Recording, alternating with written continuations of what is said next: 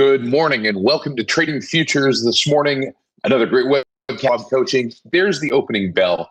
You can hear it through my microphone. That means the day is off and running. For some of you, the day's been off and running for a long time. So thanks for joining me. My good friend Michael Fairborn, a great educator, fellow education coach, 20-plus year veteran in the financial markets, out there in the chat helping you out. One of the great things about watching these webcasts is you get that opportunity to chat into the conversation, be a part of the conversation. So we're glad to have Michael here with us, joining us. And I'm especially glad to have all of you here with us this morning. Some of you were with us on Friday in Miami at our Market Drive event. So hopefully you're here with us this morning. Thanks for joining us. If you're watching this in the recorded version, we're glad that you're here with us as well. Make sure that you leave us a comment in the chat or in the comment section that you are either enjoying this or you want to see something. We're happy to answer those questions along the way. And as we get started here this morning, market's a little bit under pressure. We have the start of the FOMC meeting. We have that kind of sandwiched in between a holiday in this week. The Juneteenth holiday will close the markets on Thursday. Will also be dark as well.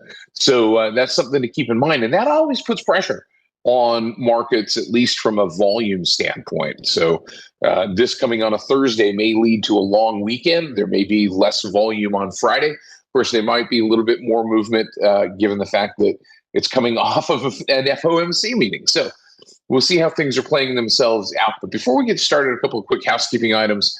As we get into the discussion this morning, remember that everything we talk about is simply for illustrative and educational purposes only. It is not a recommendation.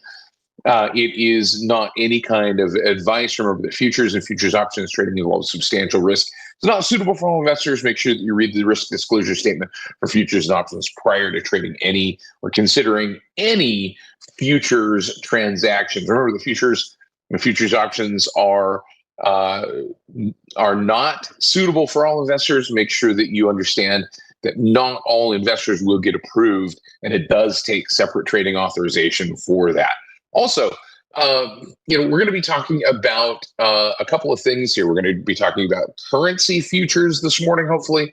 We're going to be talking about volatility futures. Make sure you understand that there are a lot of factors that influence the futures market, not just technical analysis based, but also geopolitical risk and other things that might come into play into the discussion. Of course, Schwab doesn't recommend the use of technical analysis as the sole means of investment research. Also, we're going to be using the Thinkorswim desktop software platform, specifically the paper money version of that platform today. It's a great learning environment, not a guarantee of future success out there in the real world. Also, remember that we know that investing involves risk. That's certainly something that we've well discussed. But one of the things that I want to make mention of, and I've talked about it before, and we'll discuss it as we get into the discussion specifically, is the fact that whenever you have an order in the futures market that generates a market order, that order will be worked as an exchange designated limit order. That means that there is the possibility that that order could get filled at a different price than you might expect, or it might not get filled at all if the price of the underlying moves beyond that protection range. So we'll talk about that as we get into that discussion today. And for those of you that are brand new with us, and we're glad to have you with us, here's kind of our general agenda. We're going to take a look at the futures contract kind of across the globe. We'll take a look at how that's used to assess what's going on. We'll put together some illustrative example trades here this morning. And speaking of that, we're going to get into that right away. So I'm going to pop over here to the Thinkorswim desktop software platform. And markets, again, as we started up here this morning, are already starting to move. So what I wanted to do is jump into this discussion really fast, and then we'll kind of go and take a look at what's going on in the market as a whole. Volatility overall, if you look over on the right-hand side of my grid. Now, by the way, this grid chart is in the description page for this webcast. So if you want the link for this grid, you can get it there. I'll also pop it into the discussion as well. But this is the VIX, or the VIX futures /VX. Remember, / is what precedes those futures contracts, and what separate this from just typing in the symbol VIX, for those of you that are brand new to this discussion. So if you are brand new, by the way, thanks for being here. Let us know, as a matter of fact, if this is your first time in our futures webcast. But let's take a look at what's going on. Volatility seems to be rising a little bit. It's generally been kind of ticking higher after finding a bit of another bounce off of that support down around the 17 or 18 handle, starting to rise a little bit. We saw a little bit of an abatement of volatility going into the end of last week, and then yesterday starting to see that pop up a little bit. So volatility kind of coming back just a bit. And we see in today's candle a little bit more volatility, not huge, but it's not spiking, it's just rising. And that may simply be the expectation, not only geopolitical risk, but also of what's going on with the FOMC meeting. So you can kind of see this double bottom. I drew in this horizontal line here, right around the 19.7 mark. And we can kind of see we bounced, climbing a little bit, but still kind of a bounce at that area. Bounce, broke it, broke down through it again, and now we're kind of coming back up above that 1970 mark, 19.7 mark. And as we start to see this move, we could probably look at this from a technical analysis perspective of seeing a little bit of a double bounce or a double bottom, right? And then so what I'm going to do is I'm going to kind of draw this descending triangle in here.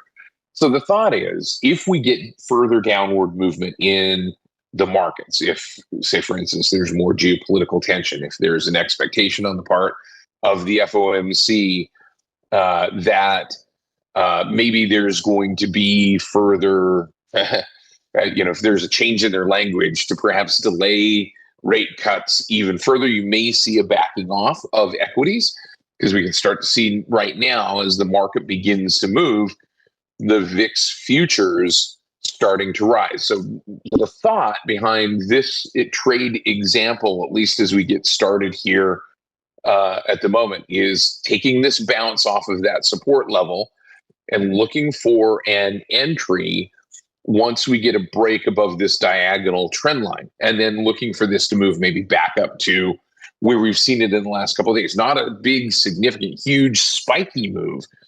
And there we go. We're starting to see this move right back up to that kind of resistance. I would even maybe hesitate to say maybe because this is a 5-day, 5-minute chart. Actually, this is a today 5-minute chart. If we were to take this out to a 5-day, 5-minute chart, you can see where those other highs have been. So we're really just looking to move through that range in the last day or so up to that 20.38, 20.39, 20.40 mark. But that's going to come theoretically on this breakout of this diagonal trend line. So I'm going to move back to this today 5-minute chart. So I'm going to change my time frame back from 5 days to today and click on OK, just so that we can see it. So the way that we're going to structure this trade, at least at the moment, is we're going to look at taking this trade off if we get a move back down below, say, for instance, we'll give this a little bit of a buffer below down that around that 19.5 range on the VIX. And then we're going to look at taking the trade off. In fact, we may not even put a trade on to, or an order in to take it off to the upside, because if we do get a big spike to the upside, what we will do is put an alert on that. So if for some reason there's geopolitical news or something that spikes the VIX, we're able to jump in and take advantage of that and make a decision about whether or not to exit that trade. What I'm also noticing here is there's a little bit of positive correlation here to the upside, maybe even a little bit of a positive directional divergence going on with the VIX. So if you see equal lows in the price or VIX futures, see equal lows in the VIX futures, but higher lows in the MACD, giving me an indication that maybe there's a little bit more bullish momentum going on. So the way that I'm going to create this trade is to buy stop above 19.86. That would be the crossover of this diagonal uptrend line. And then a stop order to get out of the trade down below 19.5. Now, I can right click and do this on the chart and watch. I'm going to show you what happens here. If I right click And I put this trade on by doing a buy custom with stop, which is what we normally do. You notice something. So you notice that now we're looking at /VXM25. That's the June settlement option, which is currently the active contract. But watch, if we go to delete, we go to the trade tab, and we take a look. The VXM25 is the active contract with 1 day to go until settlement or expiration on that contract. And you can see what's happening here in terms of the contract volume, the number of contracts being traded. You can start to see that shift. And this is, again, we talked a little bit about this last week in terms of shifting to the next contract or moving that rolling order to the next contract. Again, a lot of that has to do with the volume and liquidity in the target contract as you roll, just like when you're trading an option contract, for instance, and you roll an option contract. The ability to roll that contract depends on a liquid market in the target. So we're starting to see that liquid market in the target. So here's the thing. Rather than buy a contract that has 1 day to go until settlement, I'm going to look at entering this trade on the /VXN25, not the M25, which is the July deliverable or the July settlement. And you can start to see, again, bid-ask spread is tight. It's as tight in terms of the tick increment as the VXM, but you can also see that the trade size is larger and the volume is larger as well in terms of this, right? So we're going to move to what isn't technically the active contract, but it is where the volume is going, right? So what we're going to do is we're going to come down along this line. Now, we could put this symbol up here, right? And so we could chart VX, and we'll just type in the symbol VXN, /VXN25, enter. And now we're just looking at that VXN contract. And if we went to our chart, now we're just charting that VXN. You notice that none of the lines that I drew are on the chart.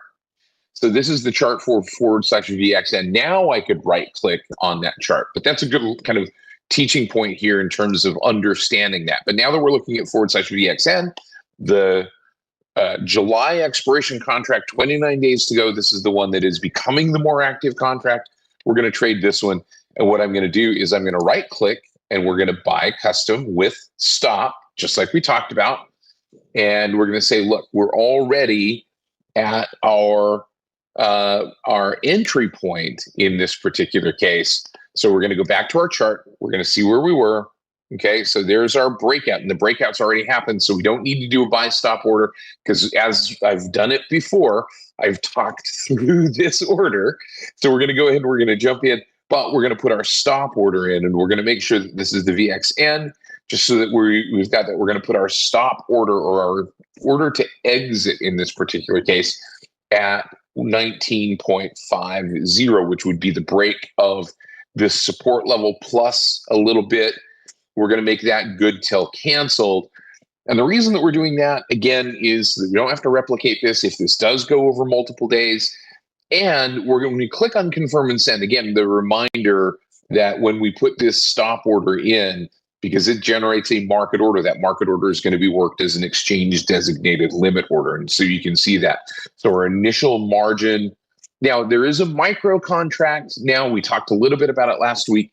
There is a micro contract to the VIX futures contract, which is /VMVX, I believe. And we'll look at that here in just a second. But I want to get this trade on and see how this works. But you can see, again, that initial margin in this particular trade that we would need to put up to initiate this trade, 5,984. And I'm going to go ahead and put this in my futures subgroup that I've used for organization. That's all it is. Read through the order, make sure that we're aware of that, make sure one more time that we're trading into that more liquid contract, the N rather than the M contract. And I'm going to go ahead and I'm going to click on send, and we're going to fire that order off. and we'll see if that order fills for us. It might not because we've put that limit order on there, but we'll see if that order in fact does fill. We'll go to our working orders here, and we'll see if that order is going to fill for us. So it's trading at 275 right now.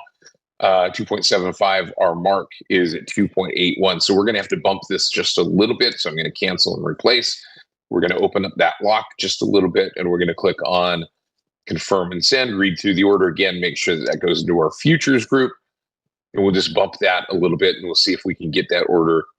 There we go, /VXN 25. Now what I'm going to do is we're going to go back to that chart. We're going to make sure that we're on VXN25, just so that we're seeing the right numbers here. And you notice, of course, that as soon as we got into that trade, but what I'm going to do is I'm going to specify a couple of alerts here, right? So my alert is going to come down here. My stop is going to come on that break, right? And then we're going to look for, let's zoom back out here again.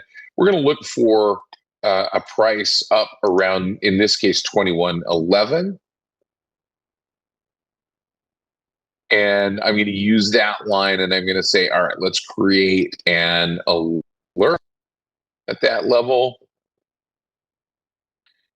And we're now going to say, all right, fine. If mark price is at or above 21.15, which is at that resistance level, if we get a big spike, let us know. Then we can make a decision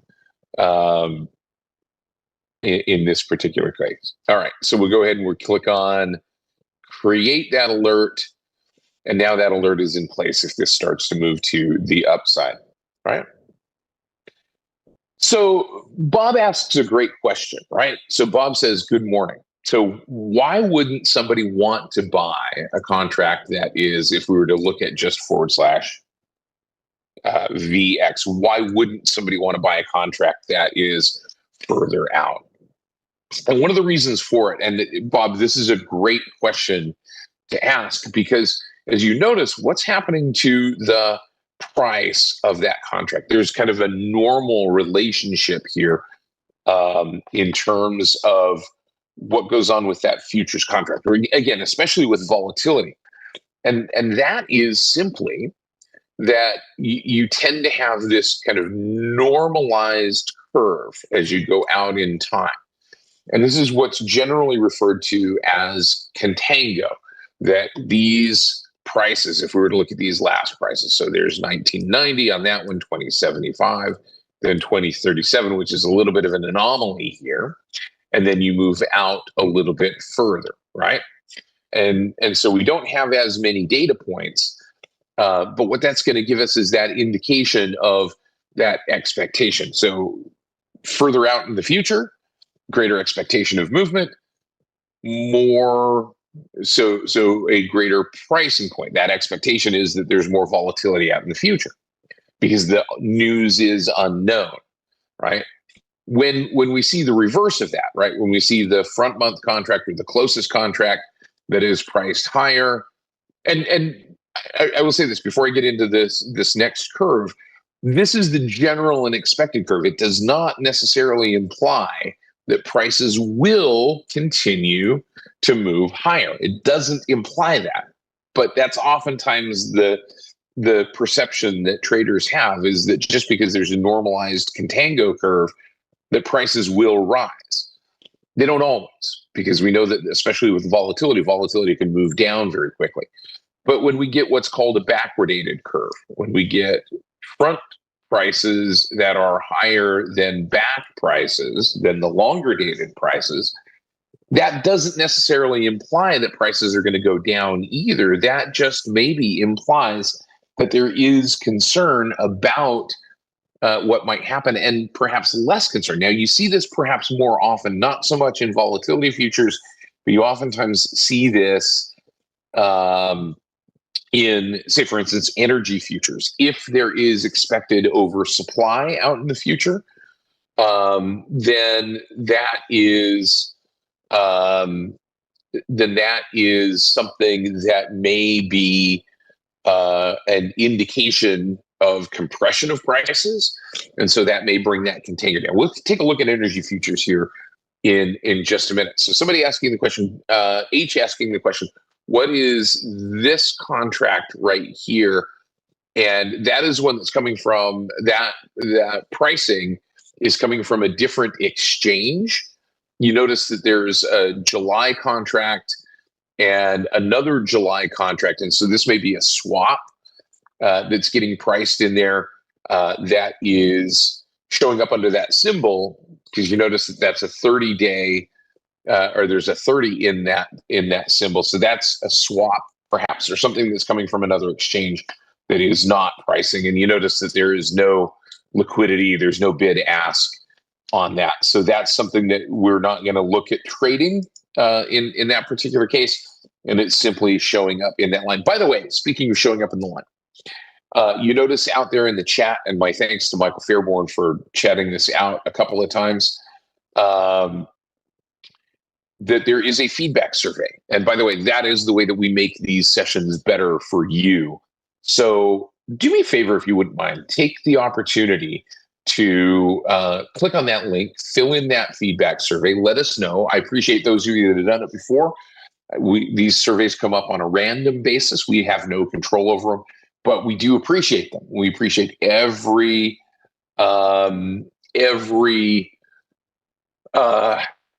survey, every comment, every number that you give us, because that is important information to us to help us get better at doing these webcasts. Bob asks a great question.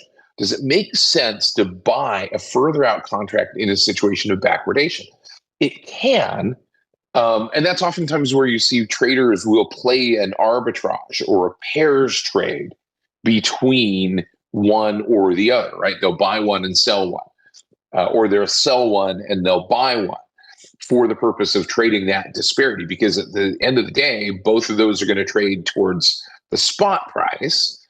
And so if you have a backwardated contract that's lower and the spot price is higher, if there's an expectation that the spot price is, or the spot price is going to be higher, then the expectation is that that futures contract price would move towards spot, towards that expiration. So yeah, that is one of the ways of looking at that, Bob, in terms of a backwardated contract. And oftentimes, especially energy traders will look for those circumstances where there is backwardation. But you also got to remember that in contracts, when we're talking about futures contracts, when we're talking about backwardation or contango, you've got to keep in mind what are some of the carry costs, for instance, what are some of the concerns of holding. So carry costs, say, for instance, for a currency trade, or carry costs for an exchange, an index trade, or again, the cost of margin, those types of things. And those are some of the concerns, right? So that's part of the discussion, Bob. Absolutely. Great question to ask. All right, so let's do this. And I know, boy, this is great. A lot of great questions. So yeah, we will go, as we go through a couple of other discussions, a couple of other trades here, Planderson will take a look at the risk to return on this trade. So we're looking not for a top end on that. We're going to see what volatility does. But I'm going to pop over here really quickly to our charts, and I'm going to change my chart back to our futures grid here. And we'll take a look at what's going on with markets at the moment. And again, I said, we're kind of, I wanted to jump into that trade right off the bat, just so that we make sure that we've got an idea of what's going on overall. And now we're going to take a look at what is going on, kind of getting a sense of this movement. So /ES, which is the S&P 500 futures contract, kind of running into, if we zoom in here a little bit, kind of running into a bit of a resistance. We've seen a lot of kind of compression up against this area. You notice these candles have been very small relatively. We've only seen some big kind of upward moving candles, not a lot of downside pressure. The RSI is still kind of moving a little bit higher, so there is still some bullishness present in the the ES, the S&P 500. Big bullish day yesterday on the NQ, but kind of coming out of that with a little bit of deliberation as we get towards a resistance level here. And then on the Russell 2000, Not quite as much sideways move in the Russell as I had maybe expected here in this sense, in that, the Russell 2000, because it's representative of the index that is representative of small caps, which typically, not always, are more interest rate sensitive. That's kind of the general wisdom or mythology, I guess. But that if we have an FOMC meeting afoot, that there is that possibility that there is a greater impact to the Russell 2000, to those small cap stocks. So kind of sitting here sideways, but not as sideways. So still maybe a little bit of a squeeze to the upside. Now, what that begs the question of then is what's going on with /RTY? And do we see some continued upward movement? Or do we see this move back, maybe down towards that, in this case, the 50-period moving average, which is still under the 200-period moving average? And is this something that we could use as a means to, which we've done before, hedge our portfolio? So what I want to do really quick, I want to pop back over to our monitor tab and take a look at what's going on. So in our futures group, here's our VIX trade, our VIX futures trade that we just put on. It's now, since we put the trade on, up about $110 in that trade. The trade that we put on last week, and I actually put on a couple of them. Remember, we put on the smaller contract, the /SIL, and that's doing well. Silver still moving higher. We also I put on in the discussion an example trade in the larger contract.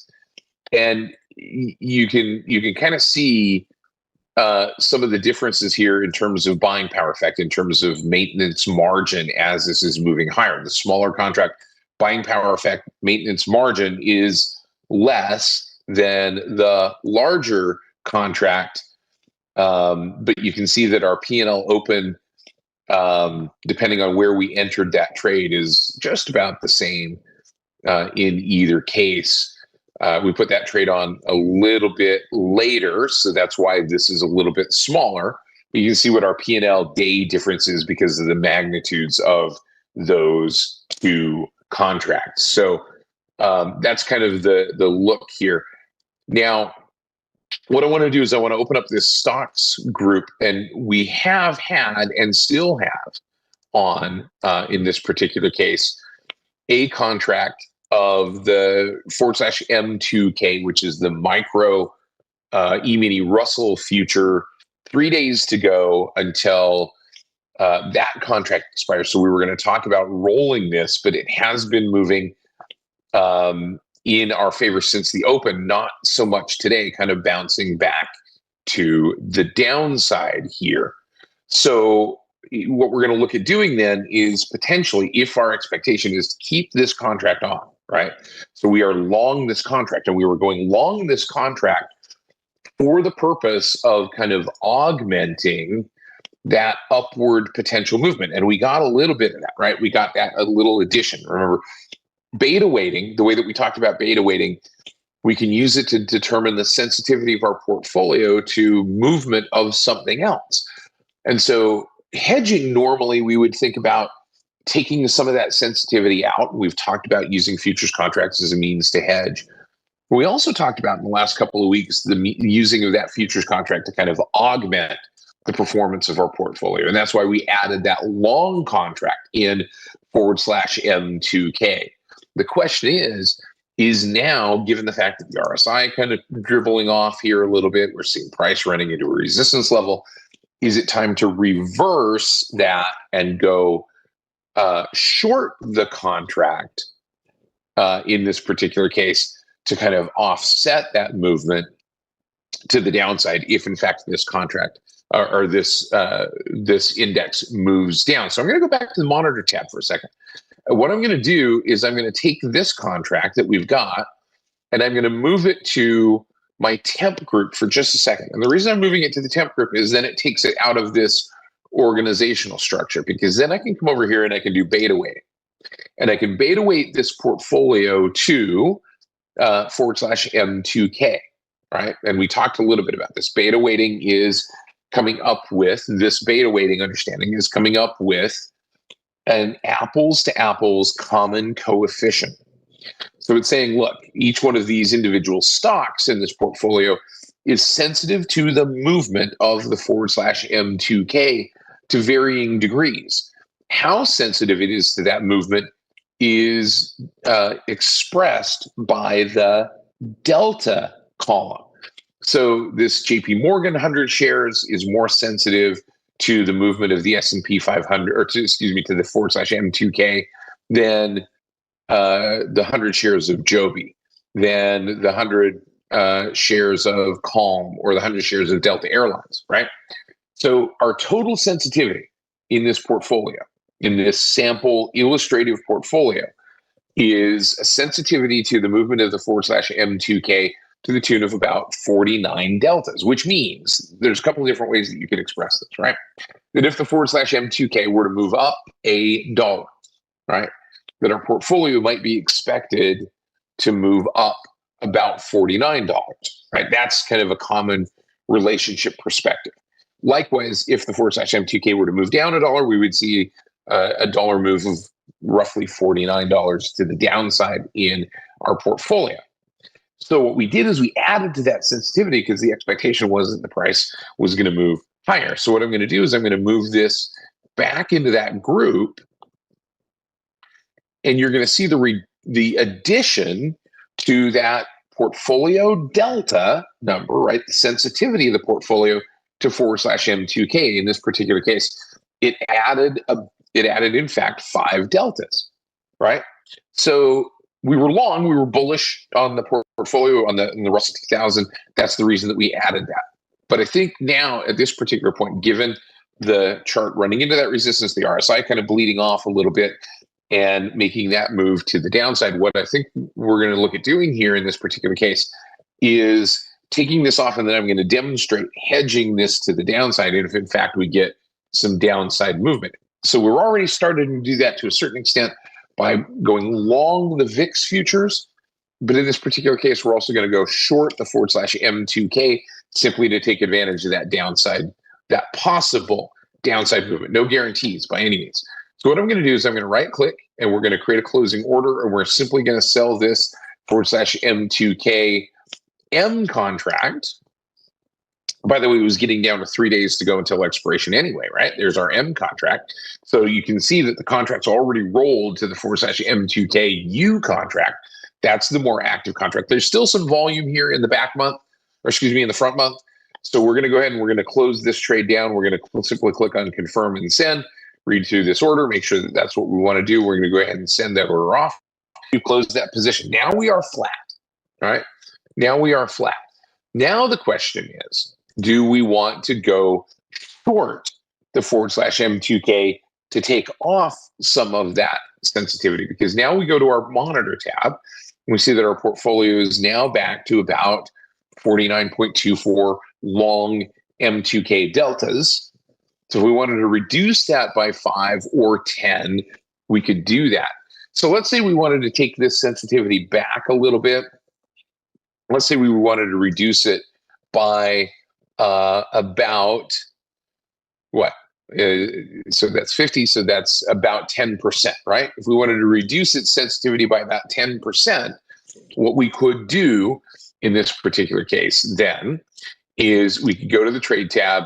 We know that we're on the active contract here /M2KU, the U contract, and we're just going to go ahead and we're going to short this contract, and we're going to do one contract. If we were to do 2 contracts, now we're going to a 10 delta, and we would be reducing that by about 20% of its portfolio sensitivity. We would be reducing our overall beta sensitivity by about 10%.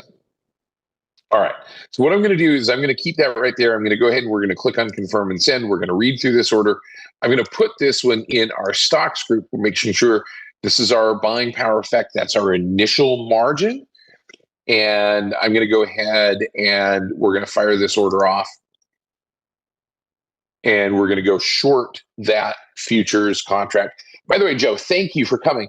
Now, Joe, hang on 1 second. Don't go away because I want to show you some resources here in just a second to make sure that we have that basic information in hand as well. So here's our short contract, and it has moved a little bit. So I'm going to cancel replace. We're going to bump that lock open because I was talking a little bit, and I'm going to give it a little bit. Click on confirm and send, read through the order, make sure that's what we want. We'll go ahead and fire it off. We'll kind of bump that a little bit because it is moving a little bit here, and we'll see if that order is filled. And now we are short, right? Now we are short this contract, that /M2K. And it is right here, and you can see that our portfolio deltas have gone down to about 44 deltas from 49 deltas. We've reduced our sensitivity. We've reduced the bullishness, is another way of putting this. We've reduced the bullishness of this portfolio by about 10% by doing that. And that's all that we were doing in this case, and using that contract as a means to hedge. We're not looking to make money on this hedge. We're looking at a way to perhaps preserve what we already have in our portfolio. This is a long stock position. We got 100 shares of a lot of different stocks. And what that's doing is using the futures contract is giving us a tool in which we can augment or somewhat attune the performance of that portfolio. We can increase it, amp it up, or we can decrease it, bring it back down a little bit. We can do that using beta weighting, and that's kind of one of the great things about this particular tool. And we can beta weight our portfolio to whatever we want, right? If we wanted to say, look, /CL, we could make this portfolio sensitive to, we could see what the sensitivity is to crude oil. We can see that, wow, this is vastly sensitive to crude oil simply because it's converted all of those deltas into a crude oil delta. We could do /MCL, the micro, which would be a tenth of that, so the 4,460 deltas. And then if we were to buy a contract or sell a contract of the /MCL, we're going to reduce or increase that propensity for that portfolio to move. So we're increasing the sensitivity of that portfolio by using that futures contract. Think about this from that standpoint. It is adding a product or subtracting a product, or adding a product or adding the minus of a product, the short position in the product, to increase or decrease the performance of a particular group of stocks, right? The theoretical performance. Again, this is a theoretical relationship. All right. So one other thing I wanted to do here really quickly while we were taking a look at this, I'm going to pop back over here to the charts. I want to go back to our future movers grid. This is the chart that we were looking at. And I just kind of wanted to scroll through a couple of the symbols that we look at. Now, by the way, here's how you find those futures symbols. If you go to the drop-down box over here on your chart and you go to the futures sub-tab, now you're going to see all of those futures symbols that are available on the platform. Some are not tradable, depending on the exchange that they're demonstrated, they're quoted on. Some that are quoted on the ICE exchange, you have to pay separately for access to that ICE exchange. We can take a look at, say, for instance, those interest rate futures, and we can see that those are on the rise a little bit here at the moment, and maybe giving us a little bit of a bounce. We can take a look at, say, for instance, the currency futures. We've traded the Japanese yen futures before, so let's take a look at Japanese yen futures. They seem to be, in the short term, kind of moving to the downside a little bit here. We've traded Canadian dollar futures, which do seem to be rising, but maybe pulling back a little bit here. In this particular case, kind of sitting at a level of support. Let's take a look at what's going on with the Swiss franc futures, which, by the way, I teach on Wednesday mornings. I teach an index options webcast, and last week we did an example where we looked at the US dollar Swiss franc currency pair index. Another way, and I promised that we were going to talk about this today, another way that that currency pair could be traded. There are two ways that we could trade this currency pair using futures.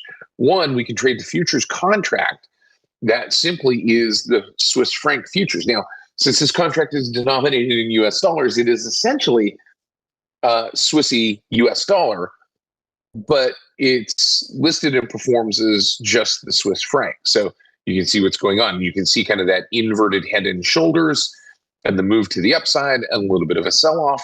And it seems perhaps now to be finding a bit of a support level. But the other way that you could do that is you could come down here and you could trade the performance. And on this exchange, there is not a Swissy US dollar pair. So that would be one way that you could do that.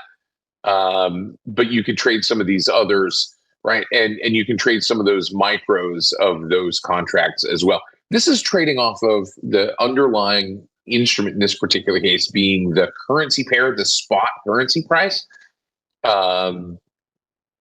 So, lots of different ways to perhaps kind of, I don't like to use the word skin a cat, lots of different ways to accomplish the same purpose in this particular case.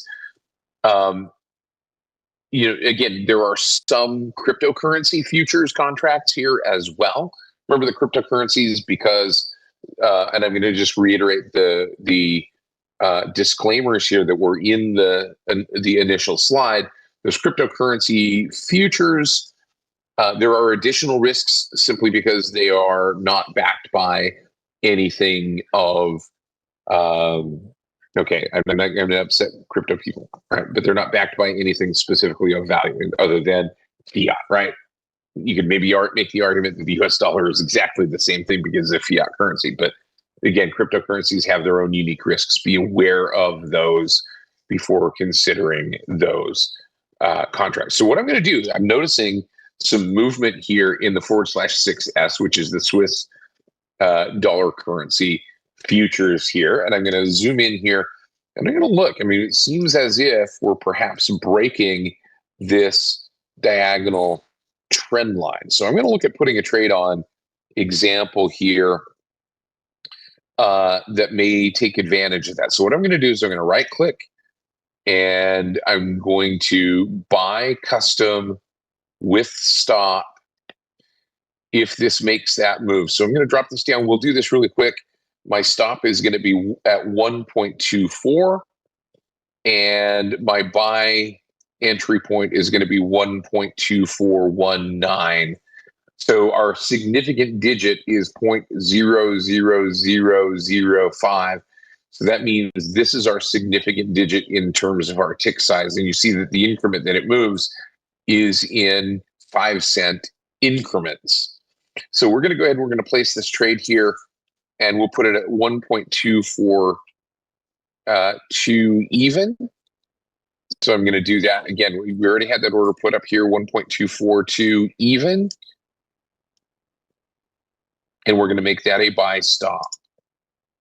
And then we're going to put our stop in place in this. And remember, this is going to get worked as an exchange designated limit order. And it might not get filled. We're going to put that at 1.24085, 1.24085. And that's going to be our stop in this position.